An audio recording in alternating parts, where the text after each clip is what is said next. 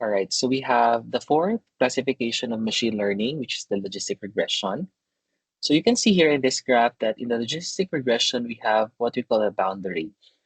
And there's a boundary, right? So in that boundary, we can predict or we can put plots above as the true samples and below as the false samples. For example, predict a student if he or she will pass based on the study hours. So so we have here the y as, for example, the study hours, and the x as, say, for example, what variables we have. It's the score I mentioned earlier, no?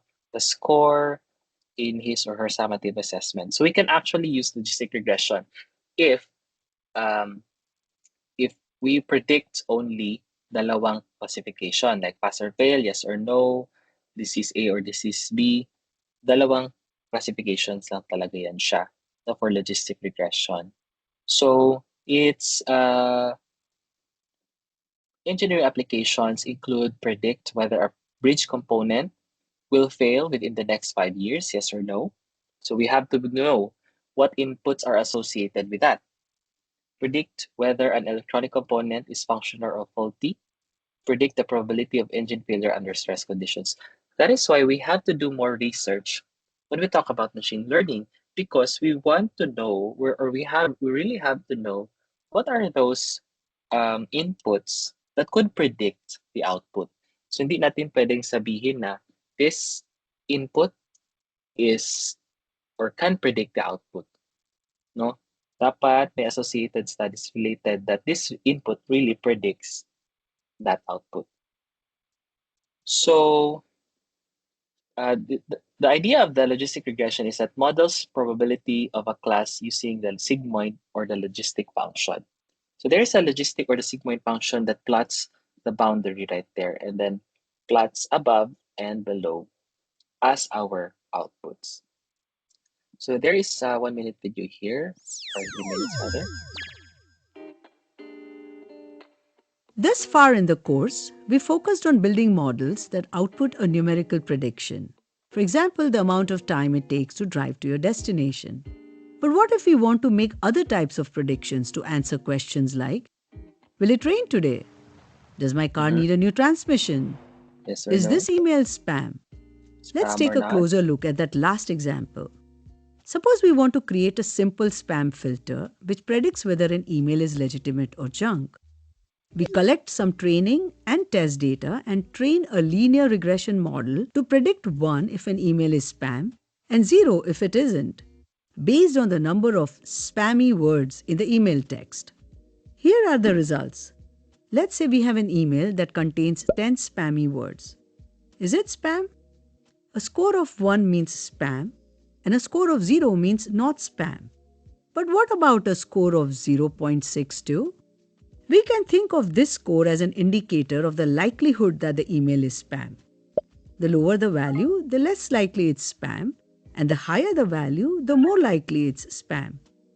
But it would be more useful if a regression model predicted a formal probability, a value from 0 to 1, representing the chances the email is spam. This type of regression task is called logistic regression. So, how do we get our linear model to output a probability? We need to transform the model to apply some limits so it outputs continuous values that fall within the range from 0 to 1, where 0 indicates a 0% chance an email is spam and 1 indicates a 100% chance it's spam. What mathematical function could we use to do this? Two curves that may come to mind are an exponential curve and a hyperbola.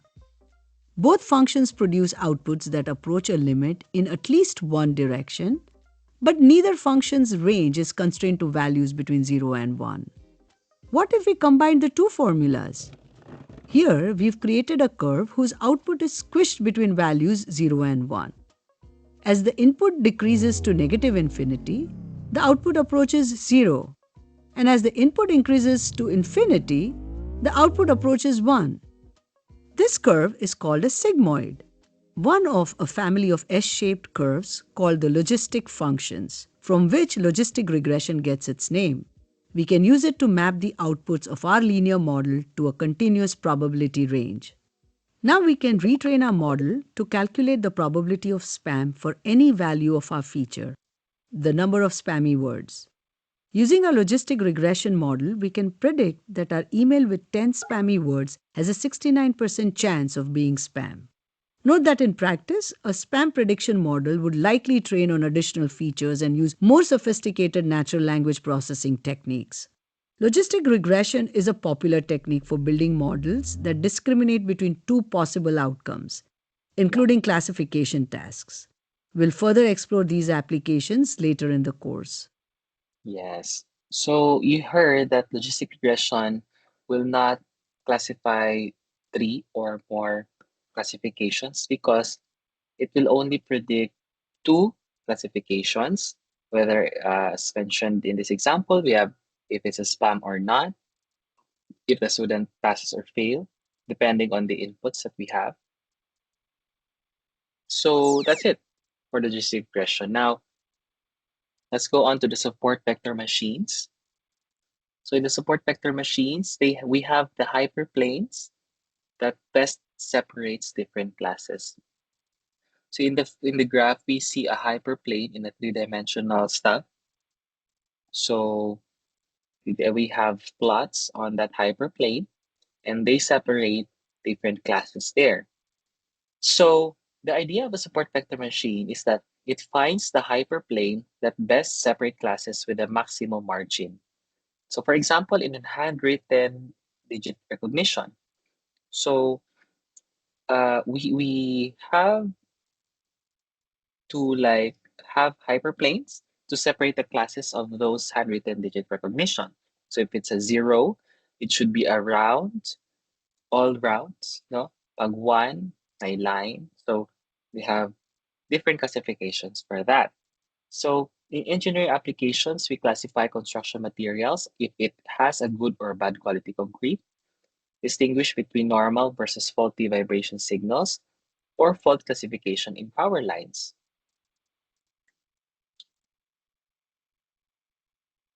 So the In idea of machine this is learning, one that of the most fundamental tasks is when you have a bunch of objects that you want to classify into two categories or more.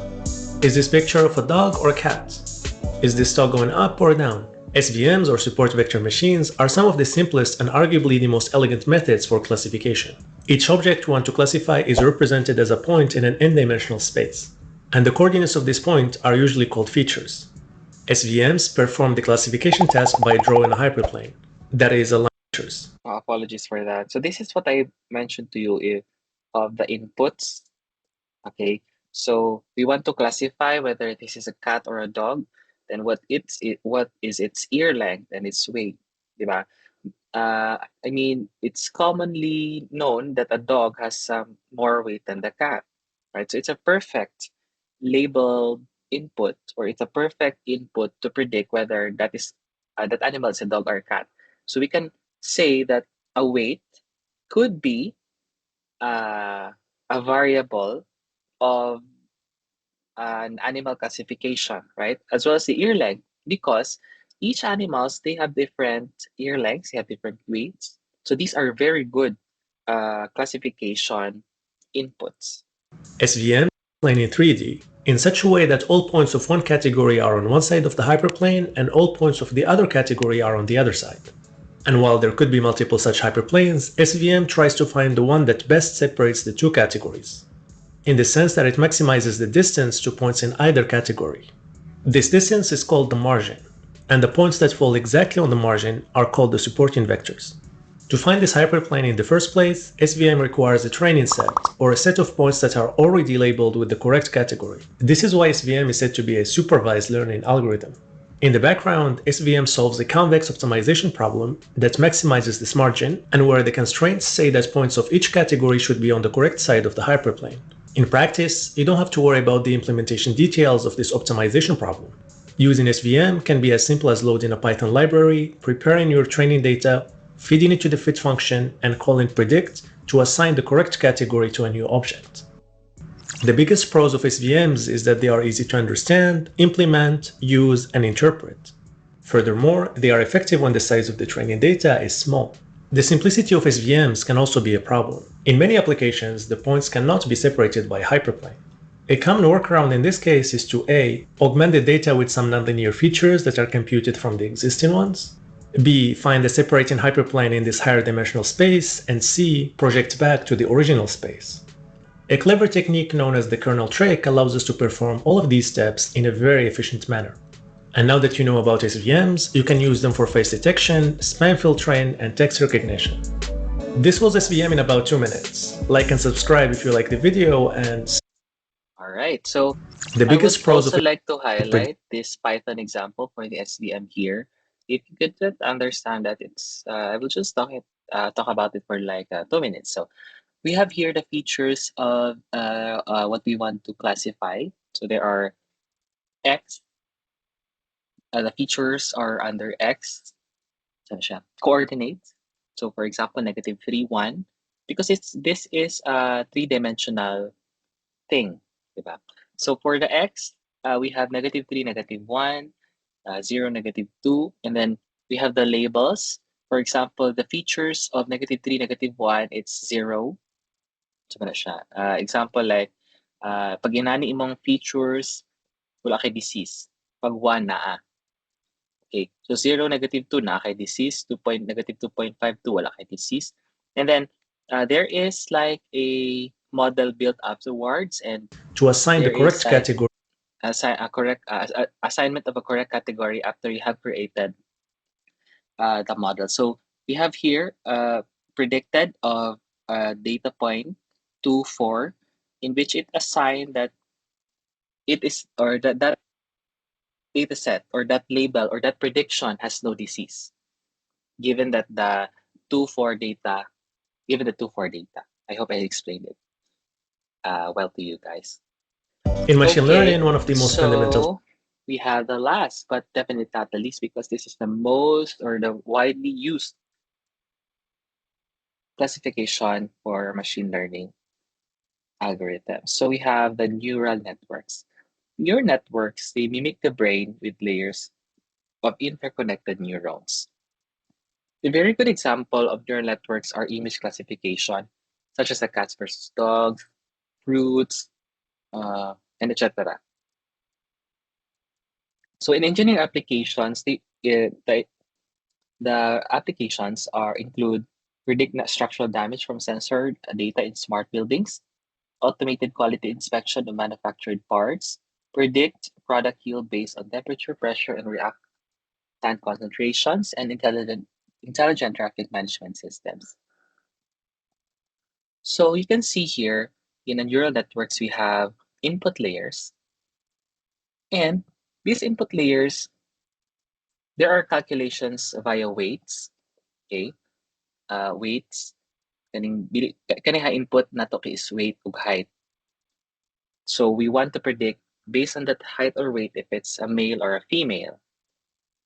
Okay, this should be sex, right? Male or female.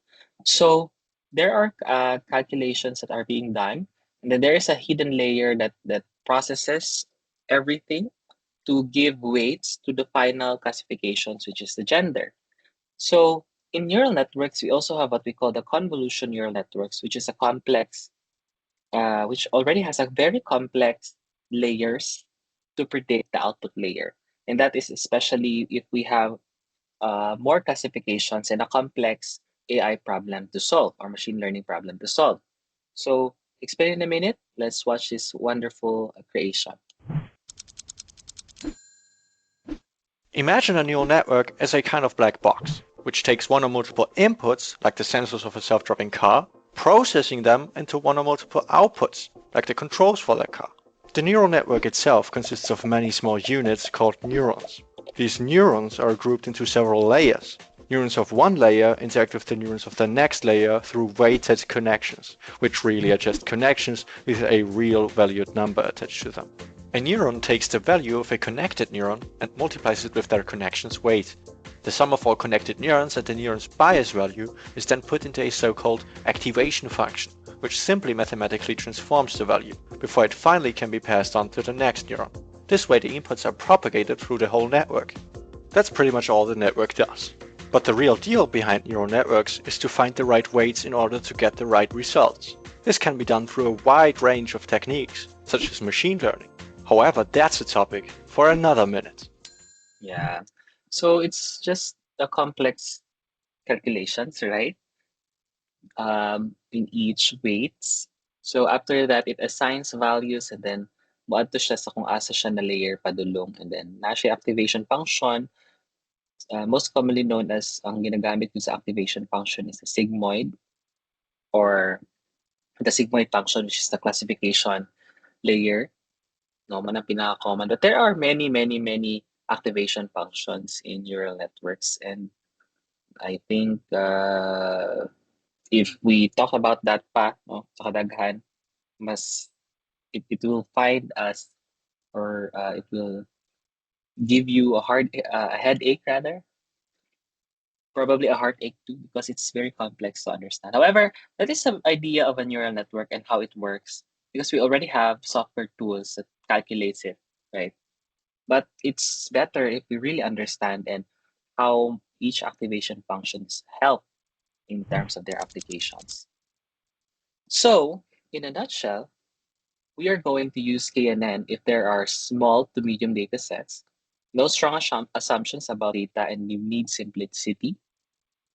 Decision tree, they need interpretability, categorical features, and fast decision making. The naive Bayes features are mostly independent, text data or sensor logs. Logistic regression, binary outcomes, so one or zero. Linear relationships, and is easy interpretability. Linear relationships, meaning we can plot a linear equation in a Cartesian plane, right? So yes or no. Support vector machine, they are high dimensional data. There is a clear separation, boundaries needed. And for neural networks, it's complex, nonlinear problems, large data sets available. So if you have a data set and if you plot it and you see that it is not linear, then do not use linear regression or logistic regression. So if it's not linear, right? Because there are classification machine learnings that solves complex and nonlinear problems, and one of that is the neural networks. You can also use any classification algorithms there as long as ma-check siya sa ato ang kailangan. For example, we only have small to medium data sets, then we can use KNN, okay? Aside from the logistic regression. So we can use each and we can compare which among these machine learning classification have the best accuracy. And that is the end of this lecture. I hope you have learned something or from me rather. Thank you very much for listening.